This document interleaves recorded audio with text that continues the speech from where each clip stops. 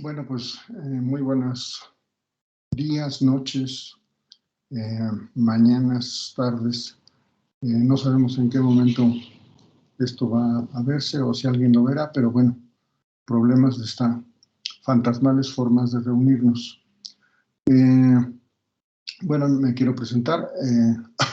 Soy participante de la mesa que organiza la maestra, la doctora María Eugenia, y yo voy a abordar, digamos, al autor de esta mesa redonda, de la que ya hace una rememoración, y que abordaremos a diferentes autores. Yo me toca hacerlo con este filósofo epistemólogo norteamericano, nacido en Inglaterra, pero naturalizado estadounidense, Gregory Bateson.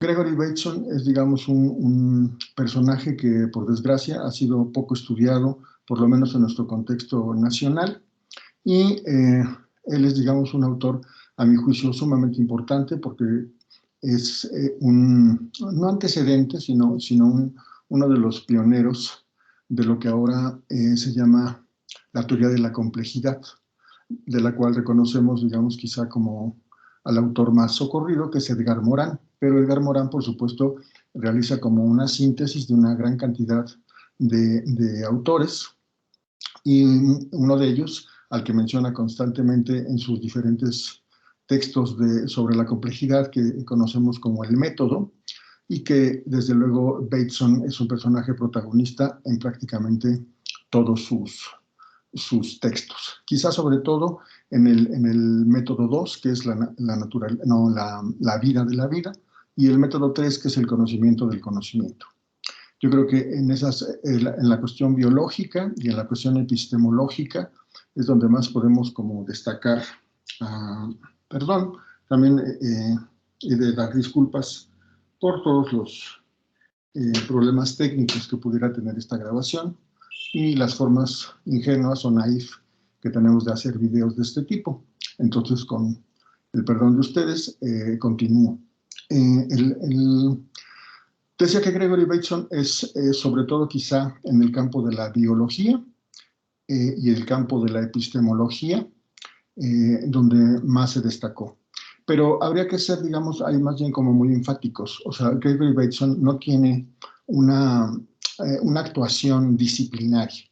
O sea, él es indudablemente un personaje que yo diría consistentemente transdisciplinario, a la manera que lo propone Edgar Morin, porque su formación es muy, muy diversa y él logra, digamos, incorporar muy diversas lógicas de muy diversas disciplinas en la construcción de un pensamiento más o menos notable. Entonces Bateson, insisto, sería un personaje que sería como un iniciador de esto que ahora se llama la teoría de la complejidad, que abarca muchos autores y muchas corrientes, y un papel importante de la ciencia. Y yo creo que la ciencia donde él trabajó mucho, incluso como herencia de su padre, que su padre también fue biólogo, es un biólogo, digamos, de la complejidad. Entonces, a partir de esa idea es que desde la biología, desde la física, desde la ciencia, él empieza, digamos, a construir una concepción epistemológica. Y entonces él sería, digamos, de estos autores que yo llamaría como de los que plantean este nuevo paradigma del conocimiento.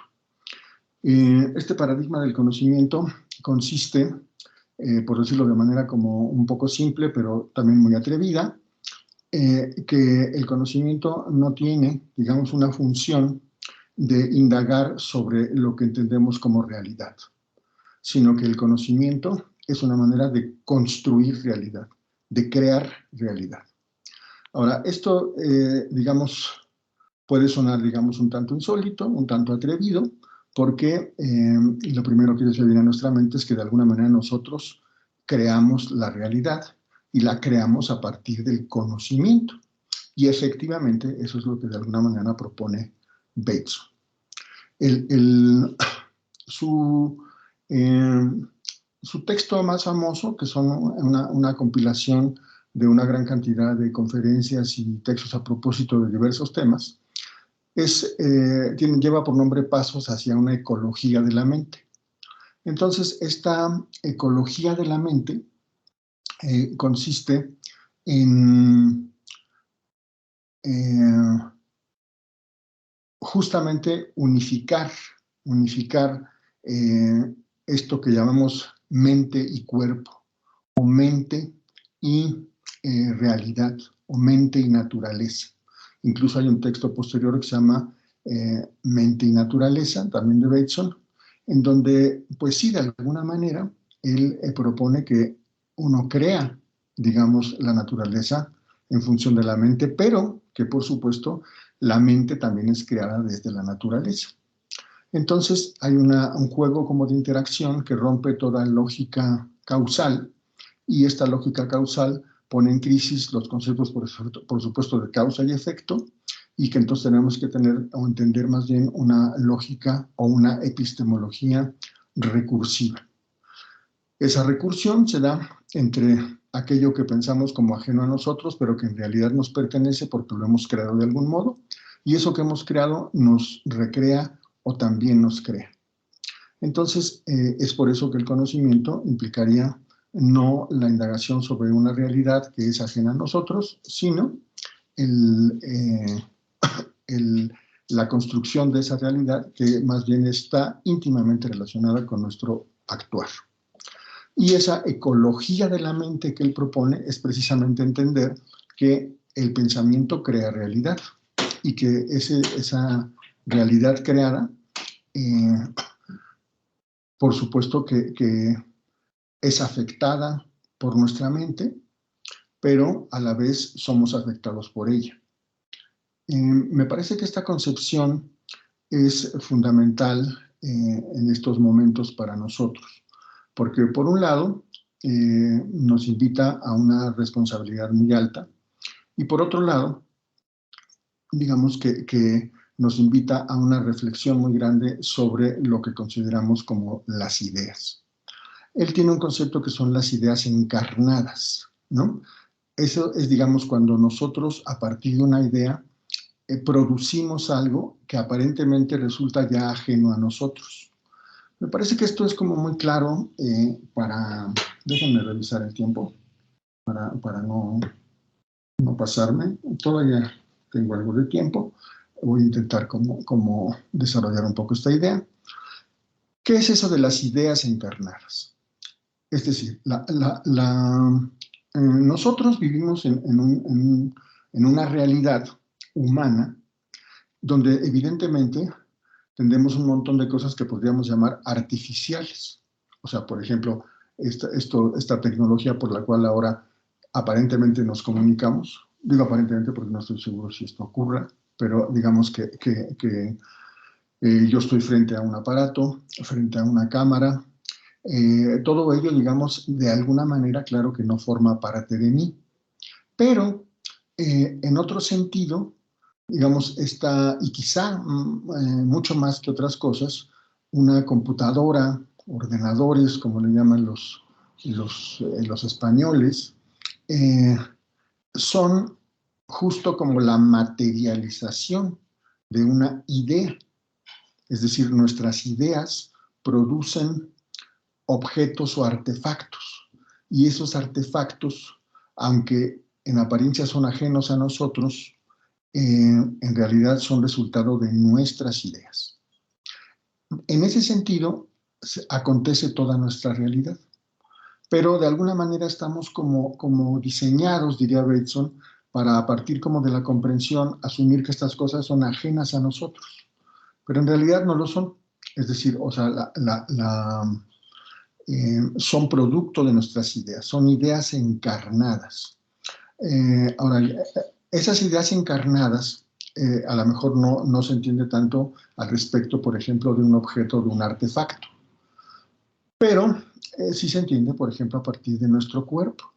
O sea, nuestro cuerpo también está, digamos, equipado, cargado, construido a partir de esas ideas encarnadas, ¿no? Esas ideas encarnadas, por ejemplo, que incluso acontecen a nivel como genético, ¿no? O sea, la genética que es, digamos, una suerte como de reserva de información que a partir de un detonante se dispara y produce efectos que aparentemente nos ayudan a la sobrevivencia o a la mejor fluidez en nuestro medio. Esas son informaciones que están indudablemente encarnadas en nosotros. Y más allá de eso, es decir, hay ideas, por ejemplo, que acontecen en el inconsciente. Y el inconsciente, digamos que es esta parte como de acción, ¿no? de nuestro cuerpo, el cual aparentemente nosotros desconocemos, pero que opera en función de un conocimiento, si bien opaco a nosotros, es un conocimiento encarnado. Entonces, nosotros somos producto del conocimiento. Es decir, nosotros como sujetos, como seres humanos, somos productos del conocimiento. Entonces, el conocimiento no es algo accesorio, no es algo, digamos, que decidamos como interactuar o no con ello, sino indudablemente nosotros somos producto del conocimiento. Esto de alguna manera es lo que intentaría yo, digamos, como proponer de manera como muy, muy sucinta, muy simple y desde luego sujeto como a discusión.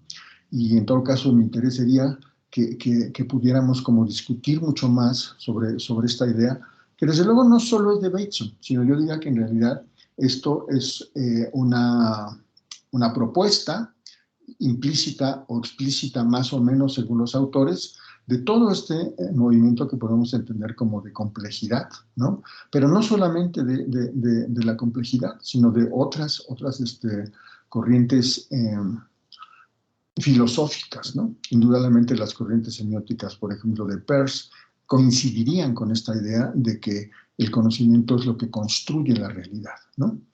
Ahora, aquí simplemente había, digamos, como que diferenciar, y eso lo hace perfectamente Bateson en sus textos. Una cosa es, digamos, la realidad. La realidad sería, digamos, este mundo como de descripciones y de pautas en las cuales nos relacionamos con el mundo. Esas pautas y esas relaciones son lo que podríamos llamar nuestra realidad. No aquello que nos es completamente ajeno o aquello que ocurre con independencia de nosotros. De alguna manera intuimos, sí, desde estas pautas, la posibilidad de que haya algo completamente independiente de nosotros. Pero al ser totalmente independiente de nosotros es más o menos inaccesible. Y no podríamos llamarlo realidad. Tendríamos que llamarlo, digamos, con diferentes nombres. O sea, hay quien le gusta la palabra naturaleza, hay quien le gusta la palabra física, hay quien habla más filosóficamente de lo dado, ¿no? Hay quien habla, por ejemplo, de lo real, ¿no? Hay quien habla, por ejemplo, de la cualidad, ¿no? Y esa cualidad, eso real, sería lo que acontece con independencia de nosotros, pero que para nosotros es inaccesible y no constituye una realidad. Nuestra realidad está dada en estas, digamos, como construcciones de diferencias que generan pautas y que producen comprensiones, y que esas comprensiones son las que generan nuestra realidad. Y que después, por ejemplo, construyen nuestros cuerpos, ¿no? Y que después construyen, digamos, un mundo de artefactos y un mundo de realidades artificiales que entendemos como realidad para nosotros. Checo el tiempo otra vez, perdón. Estoy cerrando, ¿ya? Entonces, este mundo de comprensiones es lo que podríamos entender como realidad, pero que produce, pero que es producido, ¿no? A la vez que, desde luego, eso dado, o esas cualidades, o eso real, por supuesto que nos construye a la vez, ¿no? Pero en esa relación, indudablemente, digamos, al no haber un proceso como cognitivo, comprensivo, queda de alguna manera inaccesible a nosotros. Pero aún en esa inaccesibilidad, por supuesto que nos influye. Pero, insisto, nuestra realidad humana, que es lo que sí depende de nosotros, lo que sí podemos cambiar, donde sí podemos actuar, es, digamos, la causante de una gran cantidad de dificultades, de una gran cantidad de problemáticas que indudablemente están yo no diría exactamente en nuestras manos, porque tampoco es una cuestión de voluntades, pero sí están en la posibilidad, en principio, de poder reconocer cómo nosotros no somos independientes de ello, por lo tanto somos responsables. Y, por ejemplo, hablando de esta responsabilidad, eh, me gusta, por ejemplo, la idea que un poco propone el psicoanálisis, disciplina en la cual también, si ustedes quieren, de formas bastante particulares, Bateson también se relacionó, pero el psicoanálisis, por ejemplo, tiene un planteamiento en donde, de alguna manera, eh, se cuestiona sobre su función, y entonces esa función sería, por ejemplo, el psicoanálisis lo que propone es ayudarnos a tramitar con lo imposible, ¿no? Ayudarnos a ser responsables de nuestro inconsciente, que si bien actúa a veces aparentemente de formas automáticas, digamos, eso no quiere decir que no seamos responsables. Entonces creo que esta propuesta, que como vemos, indudablemente nos lleva a tocar y a formar una gran cantidad de disciplinas, una gran cantidad de pensamientos, de ideas, y por lo tanto es un campo plenamente transdisciplinario, ¿no? Bateson es indudablemente un personaje de esas cualidades. Y creo que en realidad mi deseo sería sobre todo como invitarlos a acercarse a él y a ver cómo su pensamiento, y incluso, digamos, en esta idea, esta como ecología de la mente de la que él habla, termina por proponer algo que parece ser como incluso del orden de lo religioso. Yo no lo creo, yo creo que más, yo diría que es más bien del orden de lo místico, ¿no? Lo que propone Bateson. Entonces, interesantísimo personaje, ¿no? Tiene un texto final, digamos, que reúne en ciertas pláticas con su hija que se llama Epistemología de lo Sagrado, ¿no? Entonces, esta epistemología de lo sagrado indudablemente se apoya en toda esta idea de la ecología de la mente. Pues se me termina el tiempo. Les agradezco como muchísimo.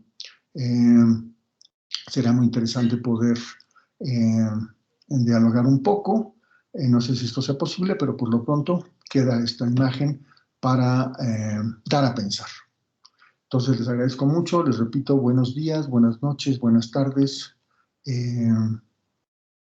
lo que nos toque.